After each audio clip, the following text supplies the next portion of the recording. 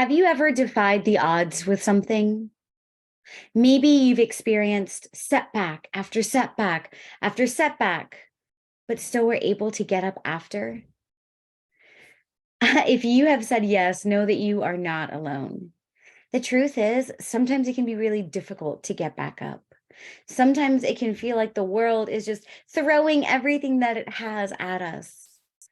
Maybe it feels sometimes like you're just constantly getting knocked down, and it can be exhausting. I'm Des Caminos, and I'm an embodiment coach, and I'm so excited to be talking about how I found resilience, recovery, and hope in my journey of not just having BPD, but just of life. Because the truth is, life can be an adventure filled with lots of ups and lots of downs. Hey, Annetta. Hey, Maddie. I'm so excited for this tickle topic. This is part of my Thursday Tickles, a time where I go live at 9 a.m. on Thursdays to tickle you with information. Why? So you can have more power and choice in navigating all of life's adventures. So today's tickle topic is how I found resilience, recovery, and hope. Let me know in the comments, when it comes to resilience, do you feel like you've had to be resilient out of obligation? Or do you feel like you've been able to be resilient out of choice? I know that's kind of a big question, but take a moment and really think about it. So often than not, we end up getting put in these experiences where we are getting knocked down, where we do feel like the world is maybe against us, or we're just experiencing so many setbacks. Sometimes in that area, in that experience, even in that area of trauma, we can feel like, yeah, we were resilient, but we had to be. What was the other option? That is an example of being resilient out of obligation.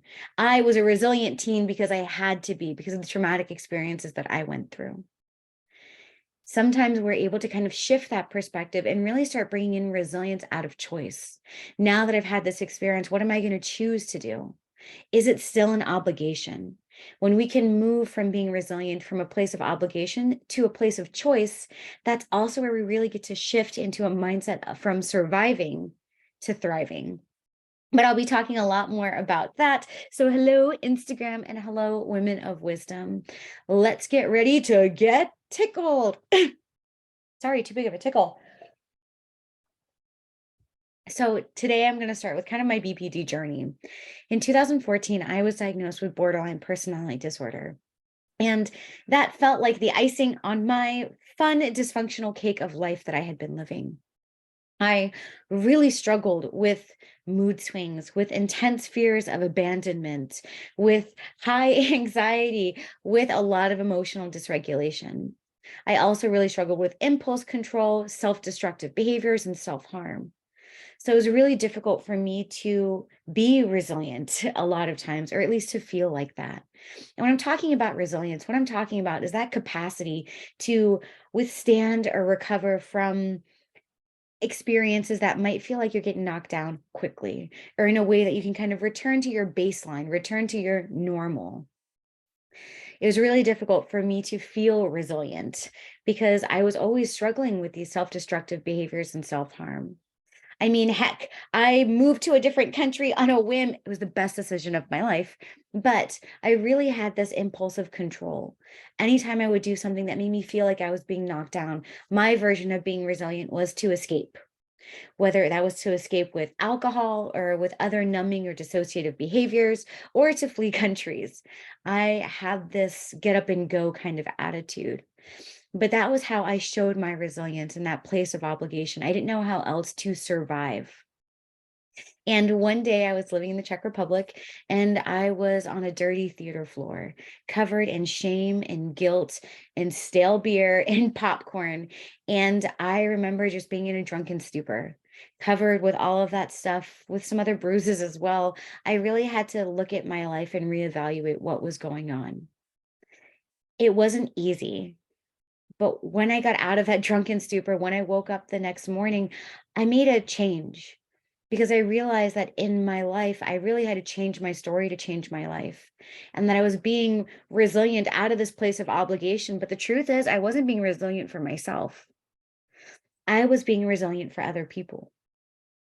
I realized that in that place of finding resilience for others, I was doing the things like taking medication, going to therapy. I stopped drinking alcohol for 367 days because I was showing my resilience, my face of adversity, but not for myself. I wanted to prove myself to other people. I wanted to prove to my partner that I didn't have a drinking problem.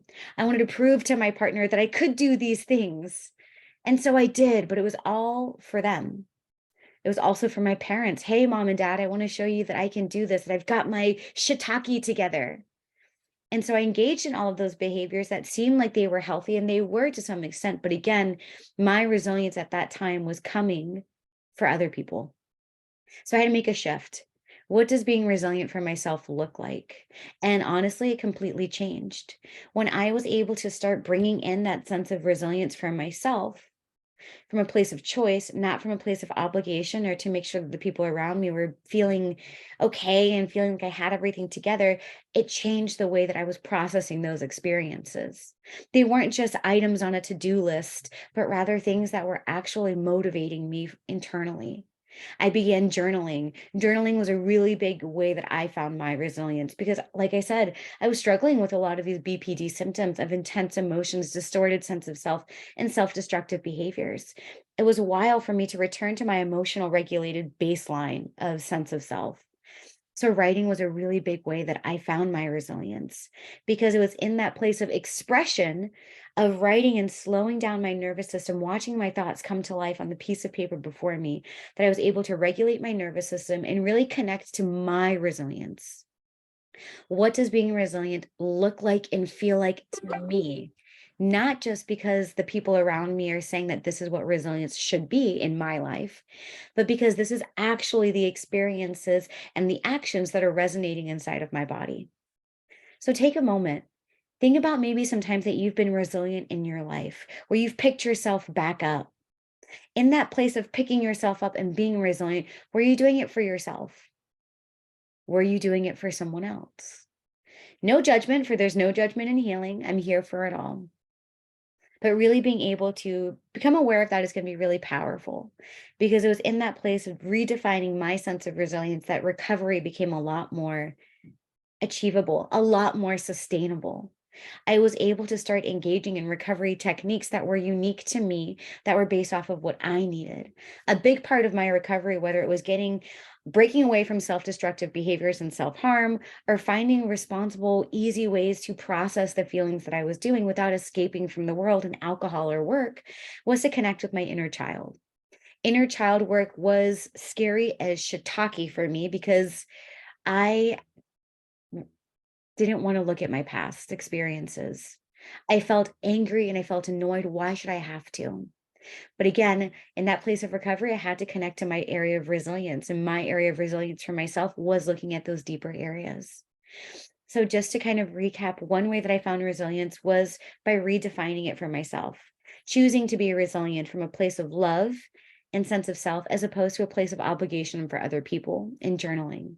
And how I really was able to kind of solidify that and integrate it into my experience was through inner child work specifically. Yes, there's a lot of other beautiful things that supported that, like somatic experiences and trauma work, but really going into those past experiences, those deeper wounds that I was holding on to that were fueling my distorted sense of self was extremely powerful. Once I had those three things, let me tell you, hope became so much more believable. For the first time in a long time, I really started to believe that my life could be different. And yeah, that part was also really scary too, because I didn't know what that life would look like. I didn't trust it, I didn't know it. But I knew that I couldn't sustain the life that I was living, covered in shame, guilt, popcorn, and self destructive behaviors on a drunken theater floor. I couldn't sustain that life. So I had to break away from it and I had to be resilient despite being scared out of my mind. So, just to recap for today's Thursday tickle, how I found resilience was by one, redefining it for myself, breaking away from being resilient for other people, but really being resilient for myself. And a big part of that was learning how to journal and express myself in a healthy and safe way. The second way that I was really able to build off of that resilience into sustainable recovery was to really dive deeper into my past experiences, my past wounds, my past traumas of during inner child work. Those three things combined really made hope a lot more sustainable. So let me know in the comments, which one of these do you think would be the biggest impact for you right now? Redefining resilience, finding a way to express yourself, really being able to lean into maybe some deeper areas of reflection. Which one of those three do you think would light you up and activate you right now? Really helping you give that foundational sense of living a life that you love, a life that you deserve. Let me know in the comments because I am here for it all. And for those of you who want more, I invite you to join me May 1st for my most raw yet vulnerable event yet called Beyond the Diagnosis.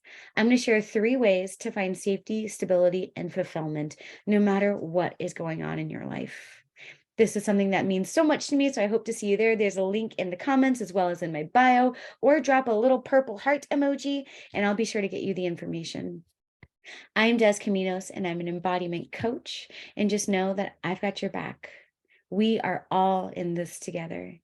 The truth is, together we radiate, together we rise.